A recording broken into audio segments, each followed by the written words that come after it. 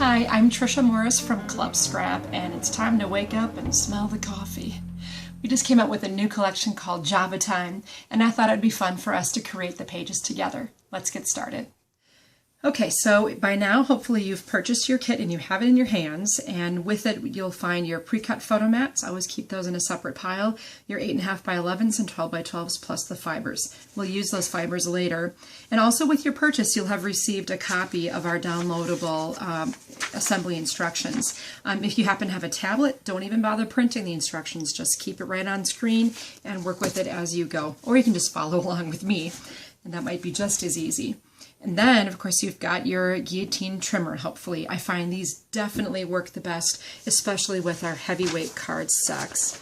Okay, so to get started, we're going to do all of our trimming first, and we'll begin with the instructions on page 2 of the document for this 12 by 12 cream print.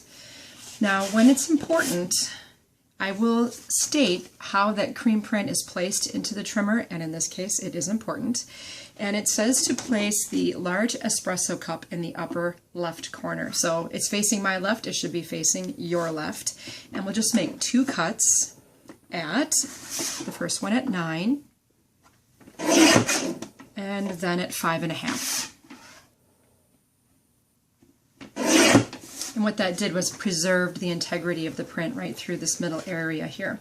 And then we'll take this middle one, it's actually 3.5 inches wide. This is the one that will still be trimmed then at 8 and 4.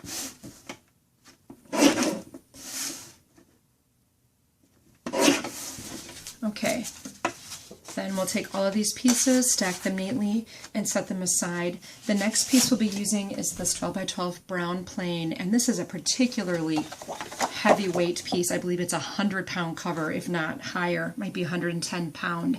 Very heavy paper, so you'll be thankful to have your guillotine trimmer. And we'll be making quite a few cuts, so I'll call them out one by one. First one, 11.5, and then 11, 10.5, and 10. So that made 4 little 1/2-inch paper ribbons. If I'm going too fast, just pause as needed or review from your instructions. Continuing on, we'll cut at 9 and 8, and then one last cut at 6. Now take that 6 by 12 and rotate it horizontally and trim it at 8 and 4. And that is all the trimming required for layout 1 and 2, but we're just going to continue on with our trimmer in place and do all the rest. All right, the next sheet we'll work with is the 8.5 by 11 red plain. You'll notice this has a beautiful felt finish. Love my paper textures. Let's cut this one vertically at 6 and 3.25. So find 3 and then scoot to the left to get to 3.25. All right, then we're going to rotate this 3.25 by 11, place it horizontally, and we're going to make 3 cuts. That'll be at 10.5, slide it down to 7, and then 3.5. Now what you'll notice is that we just made 3 pieces of paper, all the same exact size, and we created our very first scrap. All right, then we'll grab our next one laying to the right of our trimmer blade. This one is 2 3/4 inches wide. And we'll trim this one horizontally at 8.25, 5.5, and 2 3/4.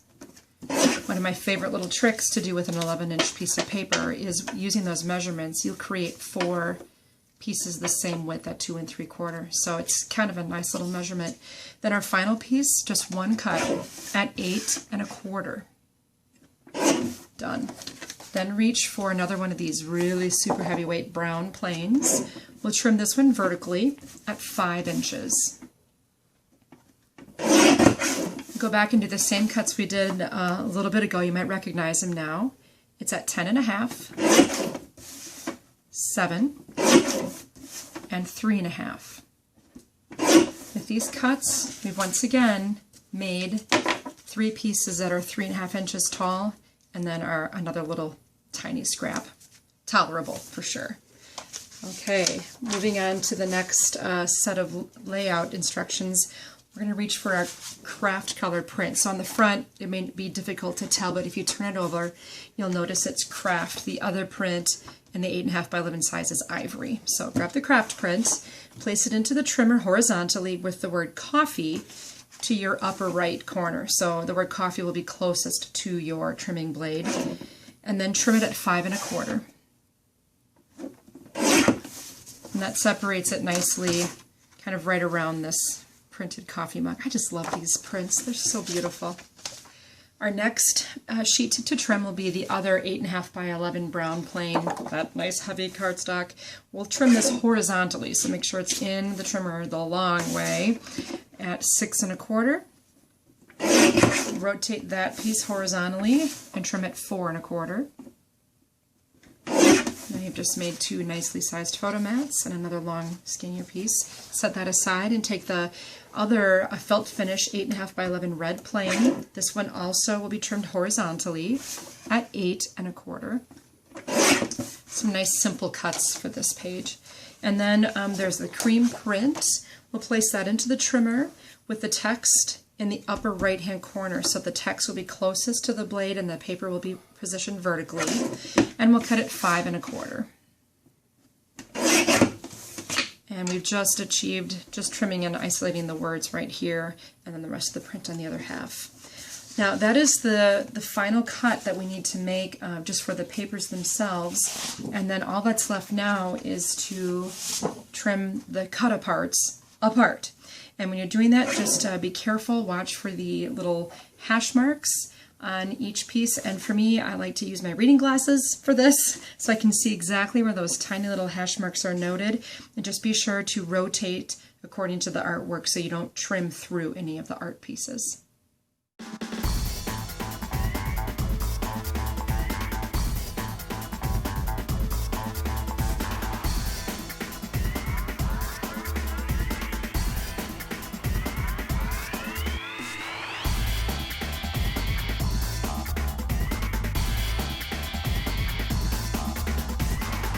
When I was finished making all of the pages, I realized I had one entire sheet of 8.5 by 11 paper that went unused, and well, we can't have that.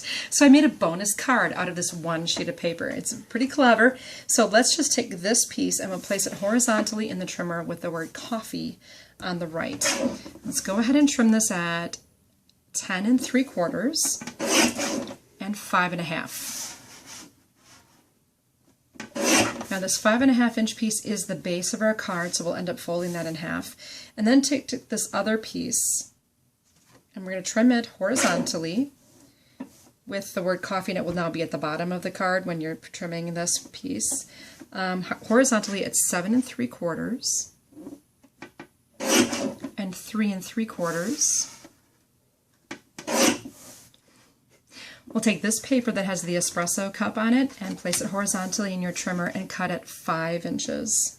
All right, so let's just do this really quick. We can do the card right now. I'll fold the 5 1/2 by 8 1/2 piece in half. You might want to score yours ahead of time.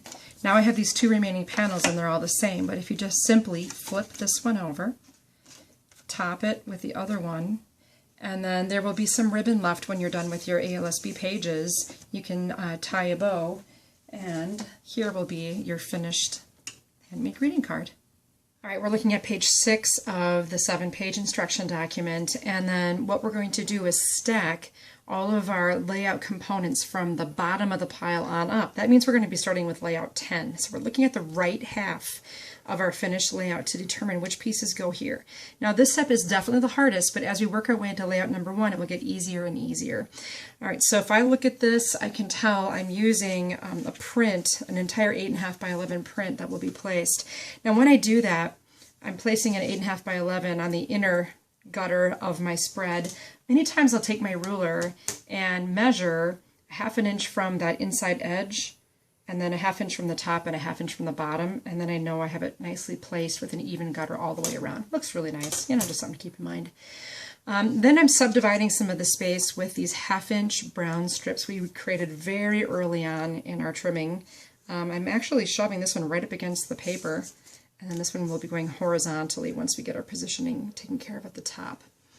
We did trim some dark brown 4 1/4 by 6 1/4, so I'll use that here along with a nested cut apart. Now this may look a little confusing, that's why I'm here to help. There's a craft colored cut apart that says pour me another, and there's also a sheet of ivory paper or cream colored paper we trimmed in our first layout. I'm nesting these on top of one another, and you see this one's a little bit on the long side, and that's where I'm going to be tying on some ribbon. So even if the piece isn't a perfect mat, that allows me to spot to add an embellishment. So that will go on the upper zone of this page.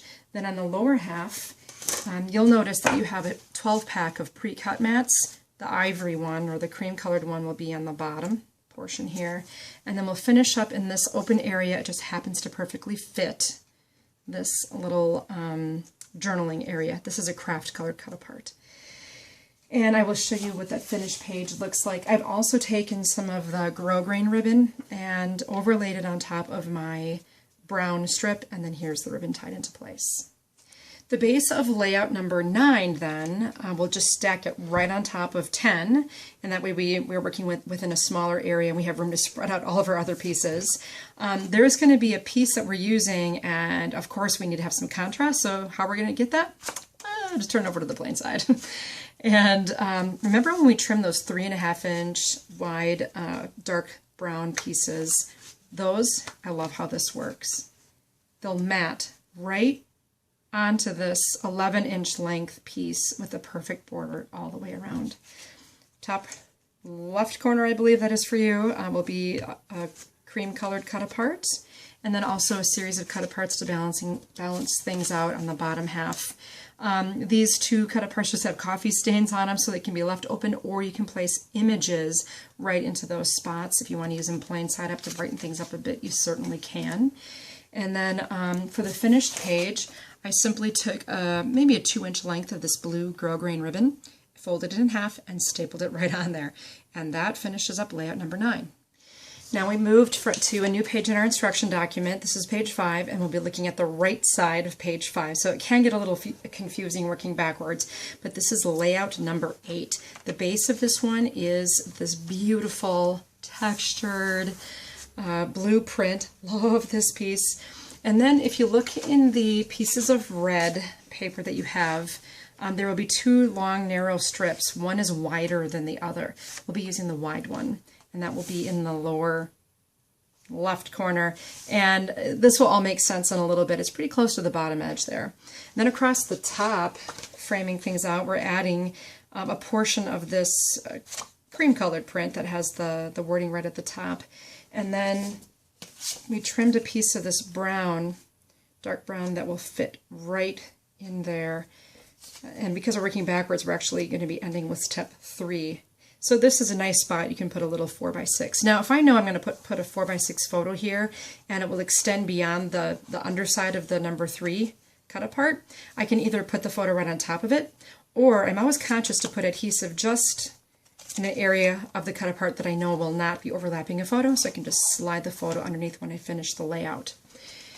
Then earlier we made a whole bunch of red 2 3/4 inch squares. Those will fit nicely within this area right underneath the large brown square, and then nesting on top of those little squares will be some additional craft cut aparts. Now if you have more photos you would like to put on top of them, that's always a great option. Anchoring things across the bottom of the layout, you'll have, of course, more room if you wanted to add another photograph. But I'm using this brown strip and then running across with this beautiful checkered ribbon. I love how that ties it together. Then I'll show you just one other finishing touch on what the final page will look like. From my own stash, I found some copper photo turns and some little copper mini brads, and I just added those to this. But you know, again, we all have a stash, right? And we all want to try to make good use of it, and I found a home for those here. If you happen to have those on hand, that's great. For layout number 7 now, what I want to point out is we'll be taking this piece, this other half of the red print we trimmed, and that will kind of line up. So we'll be finishing this entire anchoring piece, we'll be crossing the gutter. So make sure you have it rotated correctly so that the height of the print or height of the paper matches the other side of the layout.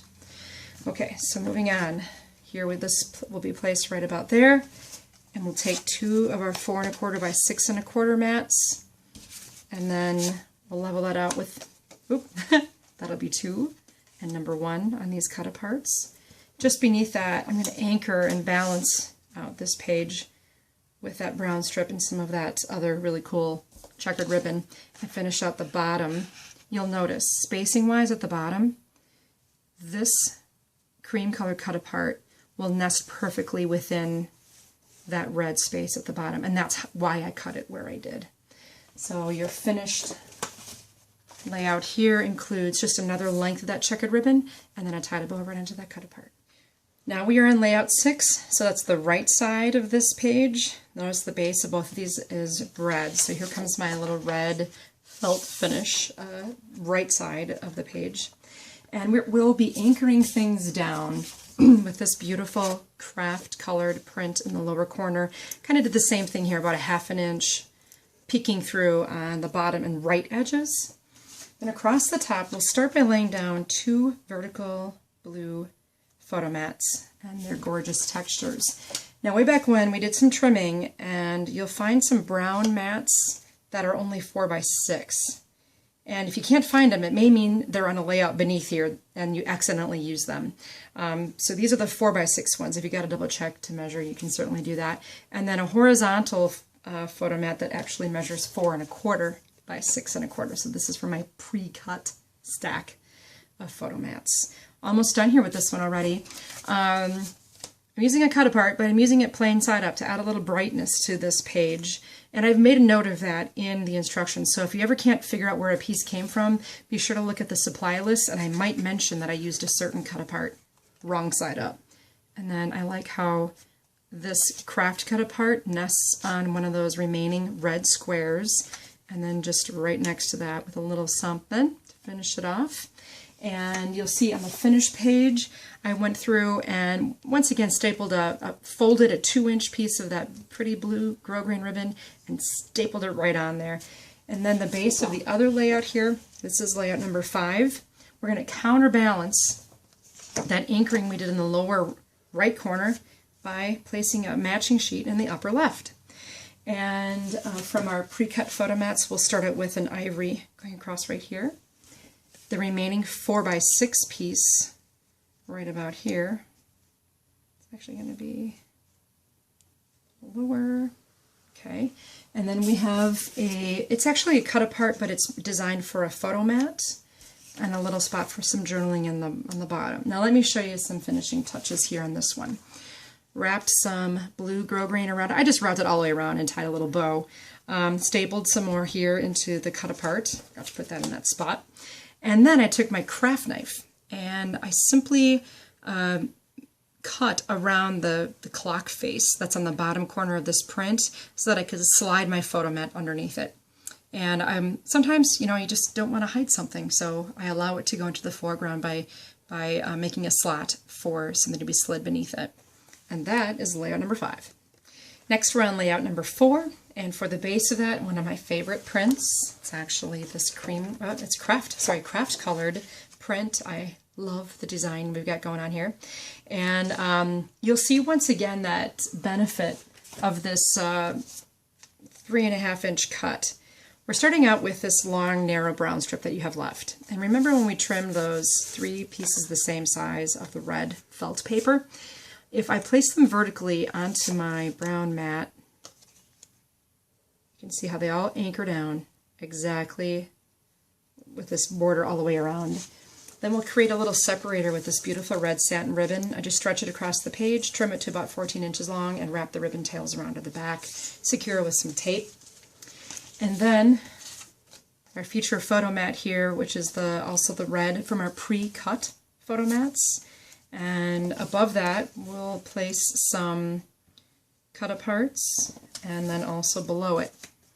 Just want to mention once again, if you would prefer to add a photo into that spot, that's to cover any of the artwork, or just go ahead and use it as intended. Here's the finished page with the ribbon in place and all the cut aparts. We're balancing that with the same craft print for the other half. It's just rotated a different turn. So the first time I used this, the dots were to the right, and now they will be running across the top.